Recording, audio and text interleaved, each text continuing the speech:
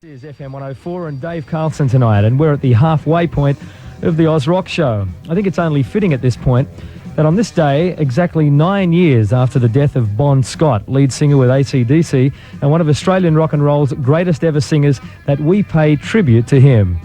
When Bon joined AC/DC in late 1974, he was already an experienced performer, having fronted two top bands of the late 60s, early 70s, Fraternity and the Valentines.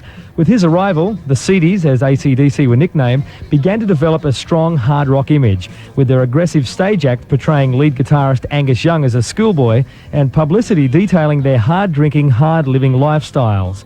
AC/DC's debut album High Voltage was released in February 1975 and became the second biggest Australian album of that year, staying on the charts for 25 weeks.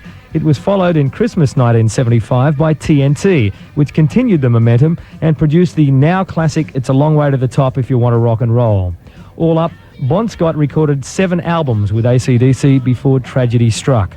On the morning of February 20, 1980, Bon was found dead in his car in South London after one of his notorious drinking binges. The official verdict was that he choked to death.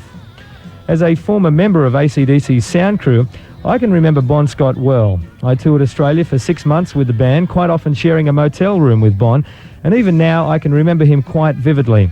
He was one of the real characters of Australian rock and roll. And when I caught up with Angus Young during AC/DC's Australian tour last year, we reminisced about days on the road with Bon Scott. I remember going to a sound check for AC/DC at the Grafton Basketball Stadium. Now that's going back a bit. Yeah, it is. In 1975, and I remember you and Malcolm were just kind of working out a riff at that stage, and it was kind of coincidental that a town like Grafton with a notorious jail, you should be putting together a song about a jail, a jailbreak. And I remember actually the video was shot not too far away from Long Bay Jail in Sydney as well. Yeah. Now, did anything really inspire you to put that song down? Actually, you wrote it with Bon, didn't you? Yeah, well, me, Malcolm, and Bon. Yeah. Well, it was mainly Bon came up with the idea, you know, and I think possibly from his early convict days, you know. He'd quite a colourful career, did Bon. You know, I think he put Ned Kelly to shame. And I remember him saying at the time, you know, because I always used to say to him, why are we ever in jail anyhow, Bon? You know, what big crime did you commit, you know? And he was always saying, he would hardly ever say it, and then one day he was sitting there and he says, you know, when I was in jail, he says, I was put there wrongly accused, you know? He went into the story of what happened, you know? Apparently he was actually playing at the time in some band, he was playing drums or something. Yeah. And there was a bit of a ruckus in the hall, and there was some poor girl getting squashed. Right. So he jumped down more or less, he jumped off his drum. He was always one for an eye for the ladies. And he jumped in the actual crowd, and he was trying to pull people off, you know. But he didn't know it, and there was some policeman in there, and it was, you know, one of these guys that was always saying, oh, I'm going to get you one day, Bon, you know.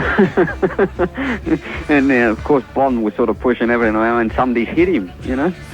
And Bon turned around and threw a punch, and it was the cop, you know. So he ended up spending quite a bit of time in one of the local jails out in Fremantle, I think it was.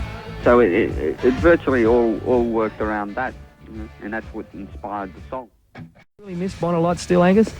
Yeah, I've always, it's because we were always pretty together and everything as people. You know, I mean, when we toured and everything, I mean, we always bunked up together. I mean, in the early days especially, I mean, there were sometimes the 5 of us sleeping in one motel room. You know? And it's, I mean, I do miss him very much in a way, you know. And in some respects, I mean, both in his career and as a person. You know, because Bon was always one of them great people, and if ever you wanted a good time, you just had to go out a night in a town with Bon Scott, you know. He certainly was a great character. Just about every town you'd go to, Bon would look up his little address book and he'd have friends, eh? Yeah, exactly.